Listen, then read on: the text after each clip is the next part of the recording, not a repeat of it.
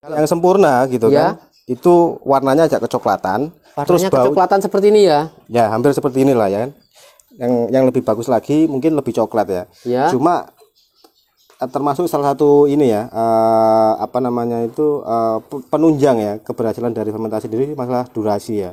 Memang saya percaya bahwasanya semakin lama kita peram dalam drum seperti itu ya. kan, ya semakin bagus hasilnya gitu kan. Bismillahirrahmanirrahim. Assalamualaikum warahmatullahi wabarakatuh. Jumpa lagi dengan channel kesayangan teman-teman, Domba Bagus. Nah, kali ini kita lagi jalan-jalan lagi ke kandang Balong Farm ini. Nah, kebetulan ada yang tanya-tanya tentang seputar pakannya Balong Farm itu seperti apa. Nah, ini kita sudah ketemu dengan peternaknya ini pas lagi mau kasih pakan ini kayaknya ini. Kayak gini nih. Selamat sore Mas. Oh, selamat sore Mas. Nggih Mas. Apa kabar Mas? Alhamdulillah pangestune Mas. Alhamdulillah. Ini lagi ngapain ini Mas? Seperti biasa Mas, rutinitas Mas. Jadi bahasa Inggrisnya feeding Mas. Ya, ngasih makan domba Mas. Masih makan domba ya. Ini pakannya ya Mas ini ya? Ya, jadi pakan yang kita pakai jenis complete feed fermentasi ya. Ya, oh, complete fermentasi ya. Mas, kenalan lagi barangkali ada penonton Domba Bagus yang belum kenal dan baru nonton Mas. Assalamualaikum warahmatullahi wabarakatuh. Sobat Pernak dimanapun berada, berjumpa kembali dengan saya Amrullah di kandang saya Balong Farm yang beralamatkan di Kecamatan Ngoro, Kabupaten Jombang. Ada mapnya ya Mas? Insya Allah ada ya. Mapnya apa Mas? Mapnya? Balong Farm. Balong Farm ya. Jadi tinggal ketik Balong Farm. Itu nanti sudah ketemu sendiri ya. Ya. Termasuk ada kontak saya nanti di situ. Kontak nomor HP-nya juga ada di situ. Ada. Oh, jadi kalau bagi yang mau cari nomor HP-nya langsung ada di apa itu Google Map-nya, ya, gitu teman-teman. Ya, seperti itu. Nah, kalau ini raciannya apa aja ini Mas? Ini racian dari beberapa bahan jenis ya. Jadi seperti biasa mungkin peternak yang lain ya. Jadi ini adalah pilihan kami di kandang kami. Jadi kita gunakan pakan fermentasi ya, complete feed. Ya, untuk komposisi secara general kurang lebih sama ya. Jadi ada beberapa bahan yang dikategorikan seperti serat, karbohidrat, protein, dan lemak, dan termasuk vitamin juga dan sejenisnya seperti itu. Ya, seperti itu kurang lebih sama lah. Kalau sekali buat itu biasanya berapa banyak Mas biasanya Mas? Kalau kita ya untuk saat sekarang jadi kita rutin seminggu sekali, dan karena kita juga ini ya kebetulan dombanya penuh dengan kapasitas kandang yang ada gitu kan. Jadi kita bikin program itu seminggu sekali kita bikin 2 ton sekali. Seminggu sekali 2 ton. Ya. Jadi ngaretnya juga seminggu sekali Mas? Kebetulan kalau ngarit kita ini ya tandon stok tanaman kita ya, pacong itu kan. Jadi yang seperti kita lihat, jadi kita punya beberapa drum ya. Jadi hasil panenan pacong nanti kita cacah, terus kita simpan seperti itu. Oh, jadi sebelum dibikin ini dibikin silase dulu? Ya, soalnya untuk menyikapi panen yang bersamaan. Oh, jadi sekali panen kita babat semua rata, nanti kita cacah. Nah, baru nanti kita simpan silase. Nah, selebihnya nanti pada saat kita jadwal bikin pakan, kita sadur dengan bahan yang lain. Jadi itu 2 kali kerja ya Mas ya, bikin silase dulu, lalu bikin ya, complete feed kayak gini. Betul. Oh, ya. Nah, kalau silase yang itu Mas, itu disimpan berapa lama itu Kak di situ biasanya? Kita ya karena termasuk keterbatasan lahan ya, kita nggak pernah lama ya nyimpannya. Jadi sampai dari pertama kita babat sampai ketemu panen selanjutnya, idealnya kita selalu habis. Jadi nggak pernah nandun lama. Oh. Ya, paling kurang lebih ya 1 bulanan lah. 1 bulanan ya. Itu disimpan dalam silase dulu, lalu diolah jadi pakan komplit kayak gini ya. Nah, kalau pakan komplit gini bisa langsung dikasihkan pakan atau seperti apa Mas? Disimpan dulu atau seperti apa? Kalau untuk fermentasi harus ya. Jadi kita peram dulu untuk beberapa saat ya. Untuk kita kemas seperti ini, kita masukkan ke dalam drum. Jadi baru kurang lebih 1 minggu atau 2 minggu ya, tergantung ketersediaan pakan kami gitu kan. Baru kita kasihkan makan ke dombanya. Oh, jadi nunggu 2 minggu dulu. Cuma proses silasenya ini sudah 1 bulan. 1 bulanan, ya. Jadi berarti 1 bulan, berarti 6 minggu ya Mas ya? Ya. 6 mingguan ya. Nah Mas, kalau itu silase itu kok tongnya itu drumnya dibalik. Ya, nah kalau ini kok tidak dibalik, ini kenapa ini Mas? Iya.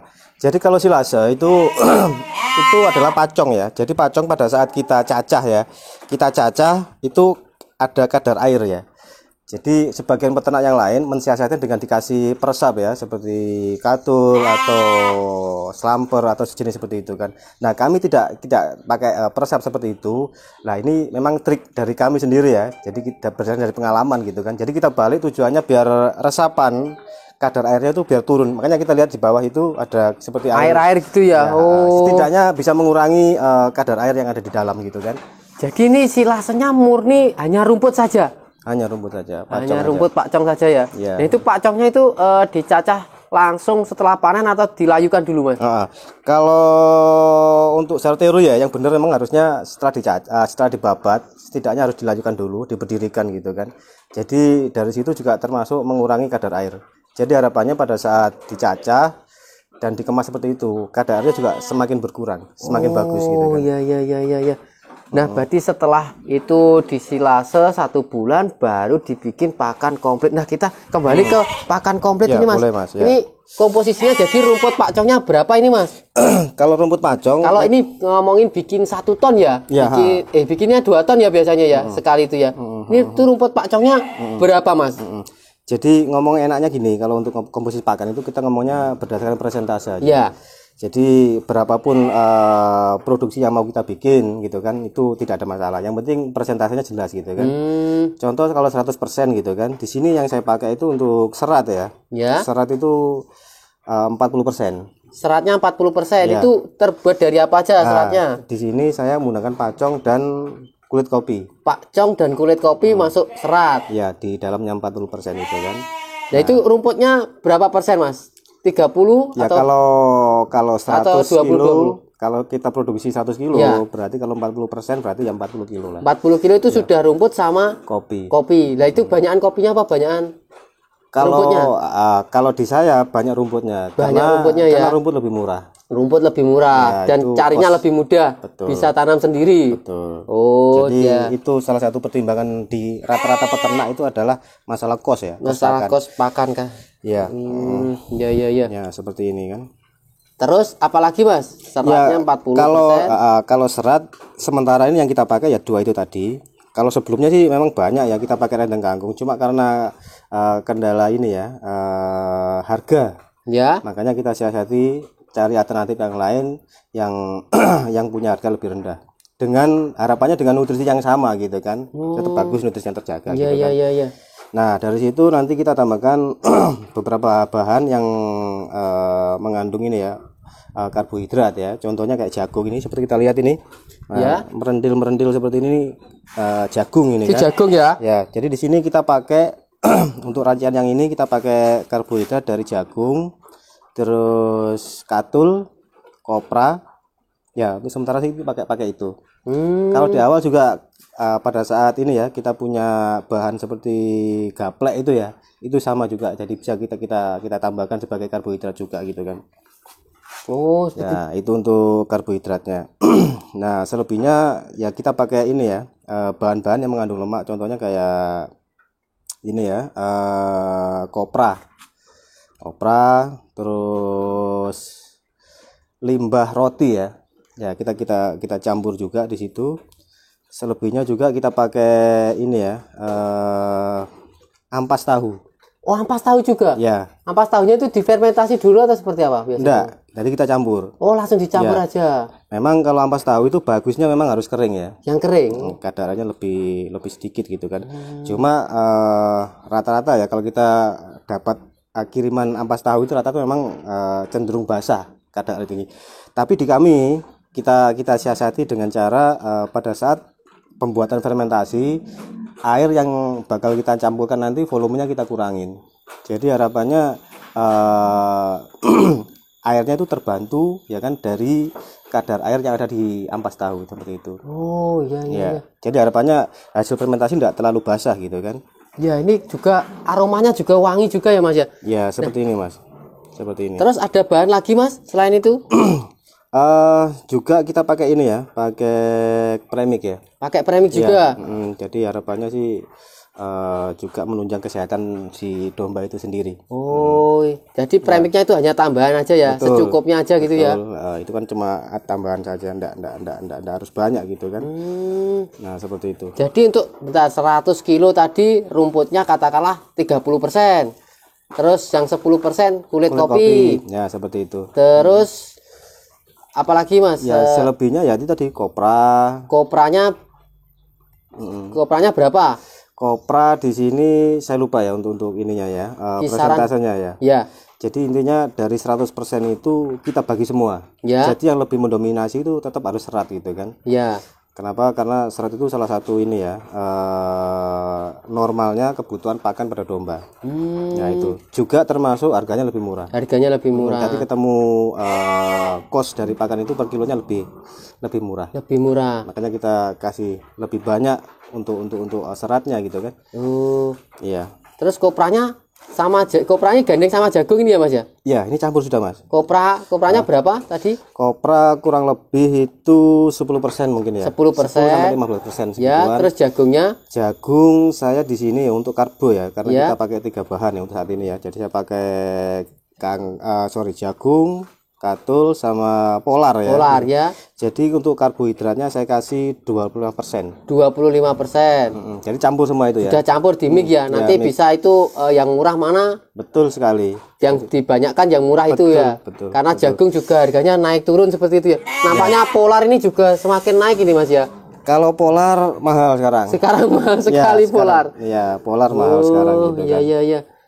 Seperti itu Mas. 25% terus apalagi Mas tadi? Ya itu terus tadi yang pakan untuk ini ya, untuk protein ya. Ya, proteinnya. Protein tadi itu saya pakai ampas tahu itu. Ampas tahu. Ampas tahu saya pakai kurang lebih kalau nggak salah itu 20%. 20%. 20%. Terus sama ampas tahunya? Ya, itu sama rotinya sama Roti itu apa itu? maksimal 10%. 10%. Ya, roti sama ini ya, sama kopra itu lebih dominan ke lemak gitu. lemaknya. Oh iya iya iya. Kita kasih 10% nggak terlalu banyak gitu kan. Ya, Ini harum sekali ya baunya.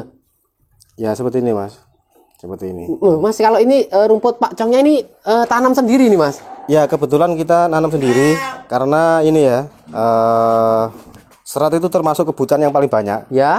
di komposisi pakan kita di sini gitu kan. Jadi harapannya kita bisa meminimais cost dari harga pakan itu sendiri. Setidaknya kalau serat itu kita terbantu ya. Ya setidaknya nanti harga pakan per kilonya jadi berkurang gitu kan. Ketemu berapa harga pakannya ini Mas? Ini insya Allah maksimum 2000 ya. 2000. Ya 2000. Terus ke penggunaan ke dombanya berapa kilo?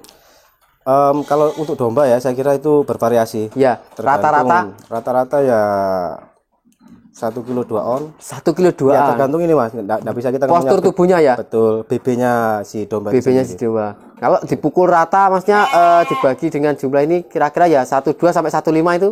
Maksimum segitu. Nah, segitu teman-teman. Nah, kalau itu Mas ngobrolin bang pakannya luasnya berapa ini Mas? Dengan domba 250 ekor ini Mas. Sebetulnya ini ya kebetulan memang kita masih minim. Memang kita perlu lahan lagi. Sekarang kita punya kurang lebih berapa ya? Kalau ya foto 400-an itu mungkin kalau orang Jawa bilang itu. 400 ru ya? Ya, ru. 400 ru berarti 1400 kali 4 berarti 5600. Ya, 5.600 meter persegi. Ya, itu sudah cukup atau masih beli lagi Mas rumputnya? Alhamdulillah kalau untuk serat sudah tercover kita. Sudah tercover ya? Ya, tercover. Cukup 400 ru itu aja dengan pakan fermentasi seperti ini sudah mencukupi gitu ya. Bang pakannya jauh nggak Mas dari sini Mas? Kebetulan ada di sebelah sini. Di samping ini ada? Ada. Wah nanti kita ulas Boleh. di video selanjutnya Boleh. ya Mas ya, untuk cara menanamnya seperti apa nanti. Jadi kita nanam beberapa tempat ya, soalnya Ya. kita juga minim lahan, jadi seadanya yang kita punya ya agak Langsung kita tanami aja. ya kita tanamin. Lumayan setidaknya daripada beli pakan gitu kan, jadi terbantu gitu kan. Itu di lahan pertanian apa di Tegal-Tegal gitu Mas? Seperti apa Ya, biasanya? sebagian ada di kebun, ya seperti ini kan. Ini di kebun ya, di samping rumah, di Ada samping juga, kandang ya. Ya, ada di sebagian kaflingan juga ya sampai segitunya kita tanamin juga gitu kan. Oh, luar biasa teman-teman. Jadi Ya. kita harus menanam bang pakan biar Ya. tidak beli untuk seratnya itu. Karena kangkung juga semakin lama semakin mahal ya Mas ya. Semakin naik, Mas. Harganya semakin naik dan semakin naik. Ya. Ya. Mas, itu Mas pernah nggak melakukan apa itu trial error atau kegagalan dalam proses pembuatan fermentasi ini Mas? Biasanya Pernah. cirinya apa Mas? Pernah. Seperti apa itu Mas? Jadi kalau untuk fermentasi ya, untuk terlepas dari bahannya apa, nanti kandungan nutrisi seperti apa. Tapi kita ngomongnya jadi apa enggak gitu Iya. ya. Jadi kasat mata sebetulnya salah satu yang paling gampang untuk mendetek gitu kan. Ini fermentasi kita itu berhasil atau tidak gitu kan ya. Jadi dilihat fisiknya gitu kan. Jadi rata-rata ya kebanyakan pemula itu pada saat bikin fermentasi itu terjadi kebocoran dan busuk dan ada hewannya, ada kayak belatung, ada ulat gitu kan. Nah itu kadang-kadang lebih dominan ke ini ya, packing ya. Jadi packingnya kurang rapat, jadi ada udara yang masuk gitu kan. Nah itu kadang-kadang lebih anu ya, berisiko hasil fermentasi menjadi rusak gitu kan. Karena fermentasi itu kan secara teori kan memang harus nol udara ya, kedap udara gitu kan. Jadi bisa prebiotik itu bereproduksi di situ ya, bekerja untuk ya secara teori kan menaikkan kadar-kadar dari nutrisi yang ada. Iya. Jadi selain apa itu kadar airnya terlalu banyak juga mungkin penutupannya itu ya Mas ya. Betul. Nah yang kedua itu air, kadar airnya terlalu banyak, itu pengaruh. Nah kalau berhasil ya, untuk yang sempurna gitu kan, itu warnanya agak kecoklatan, terus Warnanya bau, kecoklatan seperti ini ya. ya hampir seperti inilah ya kan. Yang lebih bagus lagi mungkin lebih coklat ya. Ya. Cuma termasuk salah satu ini ya, apa namanya itu penunjang ya keberhasilan dari fermentasi sendiri masalah durasi ya. Memang saya percaya bahwasanya semakin lama kita peram dalam drum seperti itu kan, ya semakin bagus hasilnya gitu kan. Cuma di sini kadang-kadang kita karena ini ya keterbatasan lahan, terus kebutuhannya banyak gitu kan. Jadi kadang-kadang itu seminggu atau rata-rata 2 minggu lah Ya, sudah baru kita dikasihkan pakan. Ya itu masalahnya gitu kan. Tapi sebelum dikasih pakan harus dihampar dulu gini atau biasanya dari tong langsung dipakan kan Mas? Tergantung Mas, kalau saya itu gantung. Jadi kalau saat dihampar seperti ini ya, kalau kita buka seperti ini, kalau tidak ada amonia yang ini ya, tajam baunya gitu biar kan. baunya agak hilang ya. Tadi dulu. pas dibuka tadi Enggak terlalu. aromanya wangi sekali. Sekarang ini sedikit berkurang gitu ya Mas. Betul. Jadi Jadi memang kalau semakin lama kita peram, memang baunya itu amonia itu semakin kuat. semakin menyengat gitu ya baunya ya. Nah, itu harapannya dihampar seperti ini kan biar hilang dulu. Biar hilang berkurang dulu. lah paling enggak gitu kan. Nanti baru dikasihkan makan dombanya. Iya, karena gitu. domba itu kan juga dari baunya ya Mas biasanya yang di itu. Betul Mas, betul Mas. Iya. Betul Mas. Jadi ini ngaretnya cuma seminggu sekali ya Mas ya? Kalau saya ngaret, saya biasanya itu 1 bulan sekali Mas. 1 bulan sekali Jadi malah. lahan semua itu saya tanemin, ya kan. Jadi nanti umurnya sama, makanya saya ya sedia banyak drum seperti ini kan. Kita babat semua, Dibikin silase semua. kita bikin silase dan kita tandon, seperti itu. Baru Jadi yang sama. bikin ininya 1 minggu sekali, baru bikin Fermentasinya seminggu sekali. Kalau untuk tandon kita setiap kali panen. 1 bulan sekali teman-teman. Jadi sekarang apa itu beternak itu sangat mudah. Nah saya terima kasih Mas sudah diizinkan mereview pakannya ini ya. Nah bagi kalian teman-teman domba bagus yang mau tanya-tanya seputar pakan, nanti bisa tulis di kolom komentar. Nah bagi kalian yang baru nonton video ini, silahkan subscribe sekarang juga karena subscribe itu gratis.